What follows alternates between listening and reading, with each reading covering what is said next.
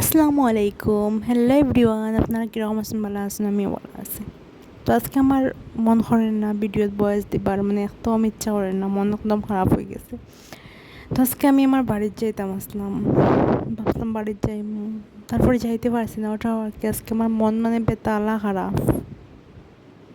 মানে বাড়ি, মানে নিজের বাড়ি মানুষের কাছে একটা ইমোশনের জায়গা, মানে যাইতে পারছি না, মানে আমার খুব কষ্ট হয় আর কি। তো ভাবলাম আচ্ছা কষ্টটারে দূরে সরাইয়া রাখি দেই। রাখি আমি আলু দিয়ে আর ঝিঙ্গা দিয়ে একটা মাছের ঝোল বানাইছি আর কি। হলাম খুব খুব বেশি ঝিঙ্গা খাওয়া হয়েছে না এবছর, মানে হইতে গেলে।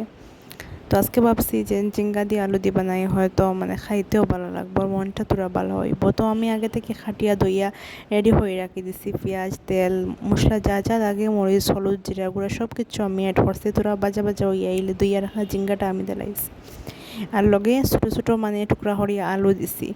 তো সবার কীরকম খাইতে জানি না, ঝিঙ্গা দিয়ে আলু দিয়ে ভালো লাগেনি, কিন্তু আমার খুব বেশি ভালো লাগে। আজকের বয়সে হয়তো একটু কিছু উল্টা পাল্টা মাতি, আর জানি না কেন আজকে আমার খুব বেশি রাগ উঠছে, বা খুব ইচ্ছা করে, মানে কিতা জানি না, আমার নিজের ইচ্ছা করে, আমি নিজেও কইতে পারতাম না।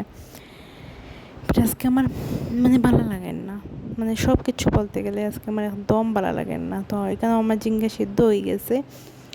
তারপরে আমি এখানে বাজিয়া রাখা মাছটা এক পিস করে দিয়া নামাইলে এমু উতরানি উঠে গেছে। এখন মাছ উতরানি বাদে একটা মজা হয় সবজিত, মানে আলাদা একটা ভালো লাগে। তো সব ভালো থাকবা, নেক্সট ভিডিওত দেখা হইব।